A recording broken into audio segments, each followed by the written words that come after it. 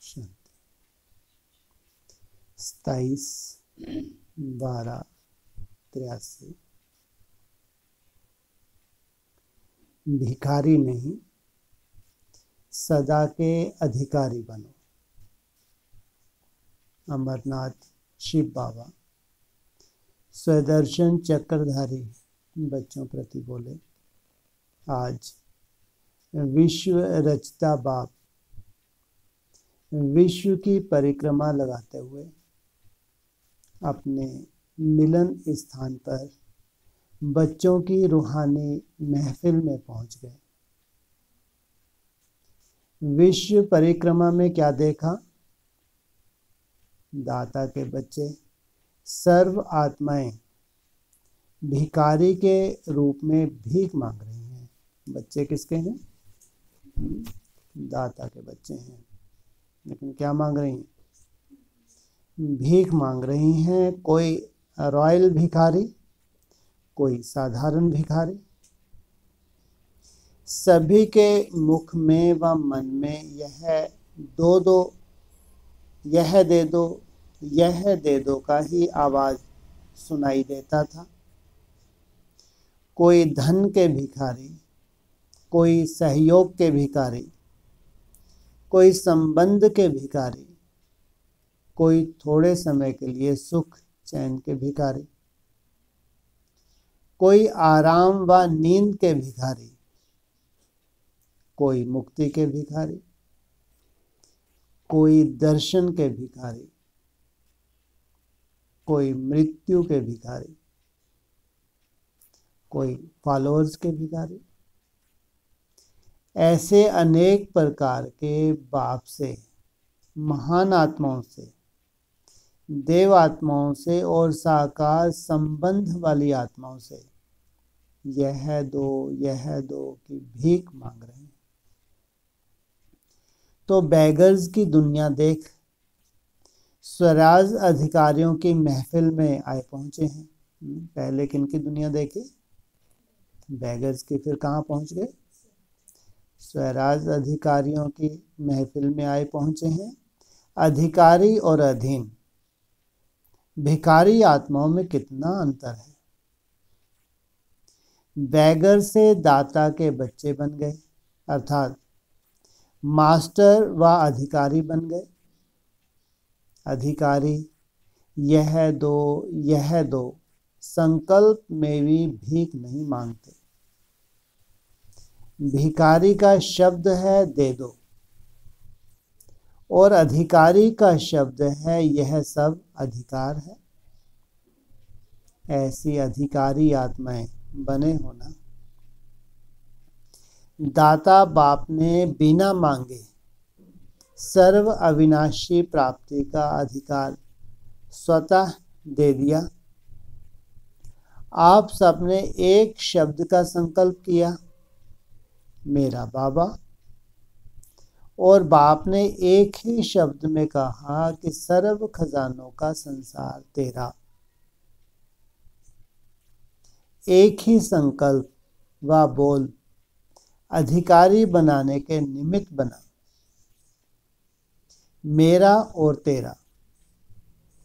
यह दोनों शब्द चक्र में भी फंसाता है, और यही दोनों शब्द सर्व विनाशी दुखमय चक्कर से छुड़ाए सर्व प्राप्तियों के अधिकारी भी बनाता है। अनेक चक्कर से छूटकर एक स्वदर्शन चक्र ले लिया, अर्थात स्वदर्शन चक्रधारी बन गए। कभी भी किसी भी प्रकार के तन मन धन जन संबंध संपर्क के चक्कर में फंसते हो तो उसका कारण स्वदर्शन चक्र को छोड़ देते हो। स्वदर्शन चक्र सदा ही एक ही उंगली पर दिखाते हैं। 5 उंगलियां व 2 उंगलियां नहीं, एक उंगली अर्थात एक ही संकल्प, मैं बाप का और बाप मेरा। एक इस संकल्प रूपी एक उंगली पर स्वदर्शन चक्र चलता है। एक को छोड़ अनेक संकल्पों में जाते हो, अनेक चक्रों में फंसते हो।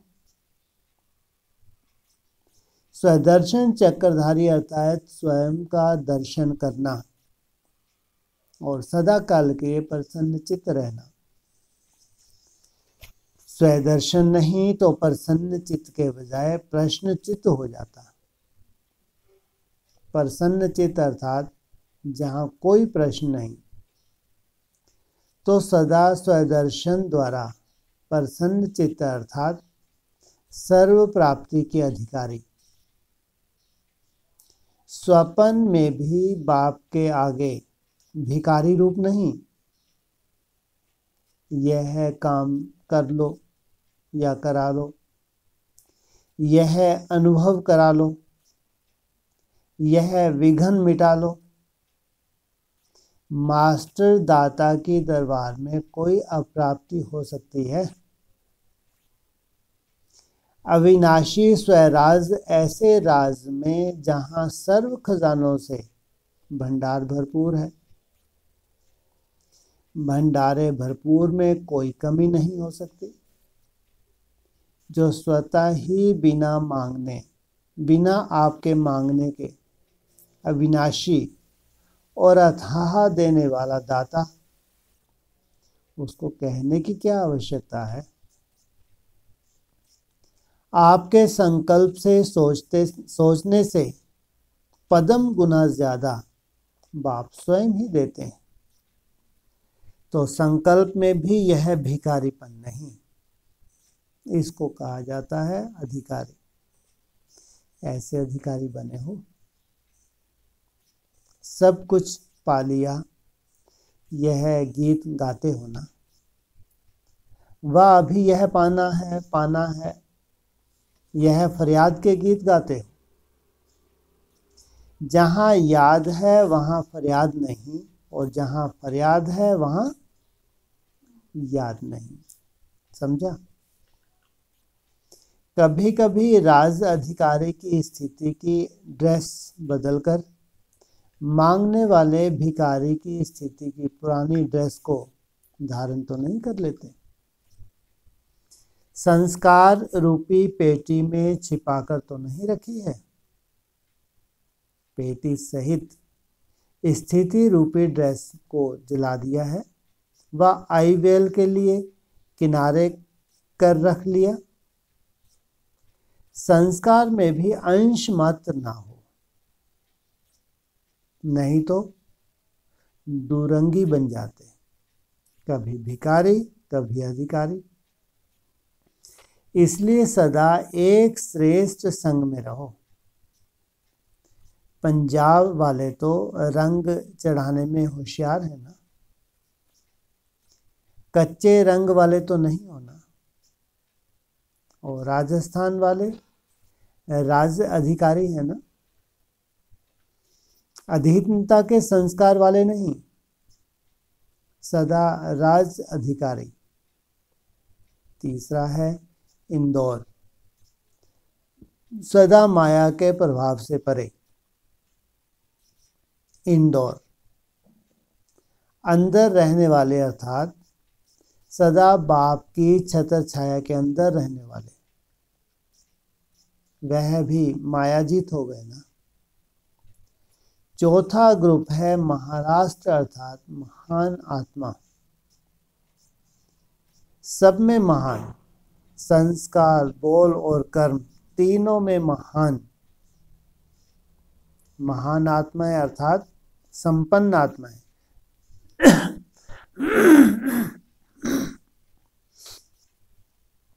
चारों तरफ की चार नदियां इकट्ठी हुई हैं, लेकिन सभी सर्व प्राप्ति स्वरूप अधिकारी होना। चार के बीच में पांचवें है डबल विदेशी। पांच नदियों का मिलन कहां पर है? मधुबन के तट पर। नदियों और सागर का मिलन है।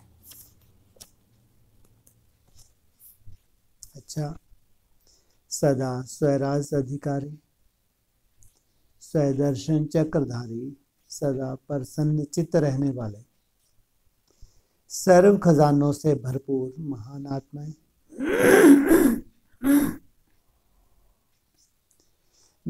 भिखारीपन को स्वपन से भी समाप्त करने वाले, ऐसे दाता के मालामाल बच्चों को अविनाशी बाप दादा की अमर भव की सदा संपन्न स्वरूप की याद प्यार और नमस्ते। पार्टियों के साथ कितने तकदीरवान हो जो कहां कहां की डाली को एक वृक्ष बना दिया। अब भी सभी अपने को एक ही वृक्ष के समझते हो ना। सभी एक ही चंदन का वृक्ष बन गए। पहले कौन कौन सी लकड़ी थी, अब भी चंदन के वृक्ष की लकड़ी हो गए। पहले कौन कौन सी लकड़ी थी?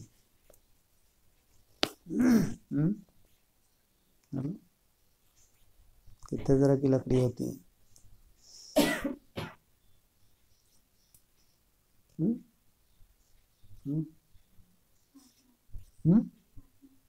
आठ नौ तरह की मुख्य मुख्य लकड़ी नहीं? ओह क्या बात है। तो पंजाब के नाम है। अभी चंदन के वृक्ष की लकड़ी हो गई। मुख्य मुख्य लकड़ी तो बट वृक्ष की लकड़ी हो और पीपल के वृक्ष की लकड़ी हो और ज्यादा किसको लेंगे? दातुन किसकी फेमस है? मॉडू। नीम के भी। हाँ ये है मुख्य मुख्य लकड़ी। अभी चंदन के वृक्ष की लकड़ी हो गई। चंदन खुशबू देता है। सच्चे चंदन की कितनी वैल्यू होती है और सब कितना प्यार से चंदन को साथ रखते हैं। ऐसे चंदन के समान खुशबू देने वाली श्रेष्ठ आत्माओं को बाप भी सदा साथ रखते हैं। एक बाप साथ रखते, दूसरा विश्व के आगे अमूल्य रत्न है। अभी विश्व नहीं जानती, आगे चल कितनी ऊंची नजर से देखेंगे। जैसे सितारों को ऊंची नजर से देखते हैं, ऐसे आप ज्ञान सितारों को देखेंगे। वैल्यूएबल हो गए हो ना, सिर्फ चंदन के वृक्ष में आ गए, भगवान के साथी बन गए, तो सदा अपने को बाप के साथ रहने वाली नामी ग्रामी आत्माएं समझते हो ना। कितनी नामी ग्रामी हो जो आज तक भी जड़ चित्रों द्वारा गाए और पूजे जाते हो। सारा कल्प के नामी ग्रामी हो। घर बैठे पद्मा पदम भाग्यवान बन गए हो ना। तकदीर आपके पास पहुंच गई। आप तकदीर के पीछे नहीं गए, लेकिन तकदीर आपके घर पहुंच गई। ऐसे तकदीरवान और कोई हो सकता? जीवन ही श्रेष्ठ बन गई। जीवन घंटे 2 घंटे की नहीं होती, जीवन सदा है। योगी नहीं बने, लेकिन योगी जीवन वाले बन गए। योगी जीवन अर्थात निरंतर के योगी। जो निरंतर योगी होंगे, उनकी खाते पीते चलते फिरते बाप और मैं श्रेष्ठ आत्मा, यही स्मृति रहेगी। जैसा बाप वैसा बच्चा। जो बाप के गुण, जो बाप का कार्य, वह बच्चों का। इसको कहा जाता है योगी जीवन। ऐसे योगी जो सदा एक लगन में मगन रहते हैं, वही सदा हर्षित रह सकते हैं। मन का हर्ष तन पर भी आता है, जब है ही सर्व प्राप्ति स्वरूप। जहाँ सर्व प्राप्ति है वहाँ हर्ष होगा ना। दुख का नाम निशान नहीं। सदा सुख स्वरूप अर्थात सदा हर्षित, जरा भी दुख के संसार की आकर्षण नहीं। अगर दुख के संसार में बुद्धि जाती है तो बुद्धि जाना माना आकर्षण। जो सदा हर्षित रहता है वह दूसरों की दुनिया तरफ आकर्षित नहीं हो सकता। अगर आकर्षित होता तो हर्षित नहीं, तो सदा के हर्षित, वर्षा ही सदा का है, यही विशेषता है। संगम युग वरदान का युग। वरदानों के युग में पाठ बजाने वाले सदा वरदानी होंगे ना। वरदान में मेहनत नहीं करनी पड़ती। जहां मेहनत है वहां वरदान नहीं। क्या मतलब? जहां मेहनत है वहां वरदान नहीं। तो आप लोग क्या वरदानों में पढ़ रहे हैं, मेहनत कर रहे हैं? मेहनत का ही वरदान मिला। क्या है?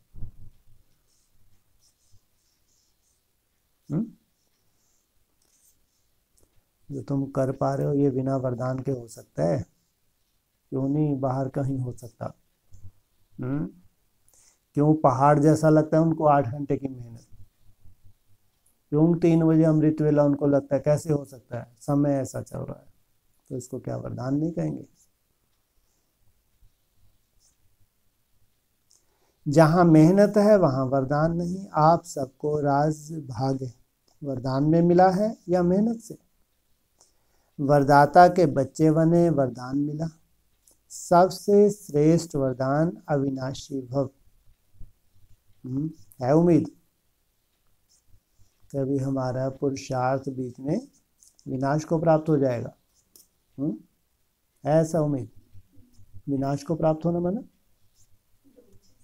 फिर कितनी बड़ी बात। अविनाशी बने तो अविनाशी वर्षा स्वतः मिलेगा। अविनाशी युग की अविनाशी आत्माएं हो। वरदाता बाप बन गया, वरदाता शिक्षक बन गया, सतगुरु बन गया, तो और बाकी क्या रहा? ऐसी स्मृति सदा रहे। अविनाशी माना सदा एक रस स्थिति में स्थित रहने वाले, कभी ऊपर कभी नीचे नहीं। लेकिन बाप का वर्षा मिला, वरदान मिला, तो नीचे क्यों आए? तो सदा ऊंची स्थिति में रहने वाली महान आत्माएं हैं, यही सदा याद रखना। बाप के बच्चे बने तो विशेष आत्मा बन गए। विशेष आत्मा का हर संकल्प, हर बोल और कर्म विशेष होगा। ऐसे विशेष बोल, कर्म व संकल्प हो जिससे और भी आत्माओं को विशेष बनने की प्रेरणा मिले। ऐसी विशेष आत्माएं हो, चाहे साधारण दुनिया में साधारण रूप में रह रहे हो, लेकिन रहते हुए भी न्यारे और बाप के प्यारे। कमल पुष्प समान, कीचड़ में फंसने वाली नहीं, औरों को कीचड़ से निकालने वाले। कभी भी फंसने का धोखा नहीं खाएंगे। कौन? जो दूसरों को निकालने वाले हैं वो कभी भी फंसने का धोखा नहीं खाएंगे। ओम।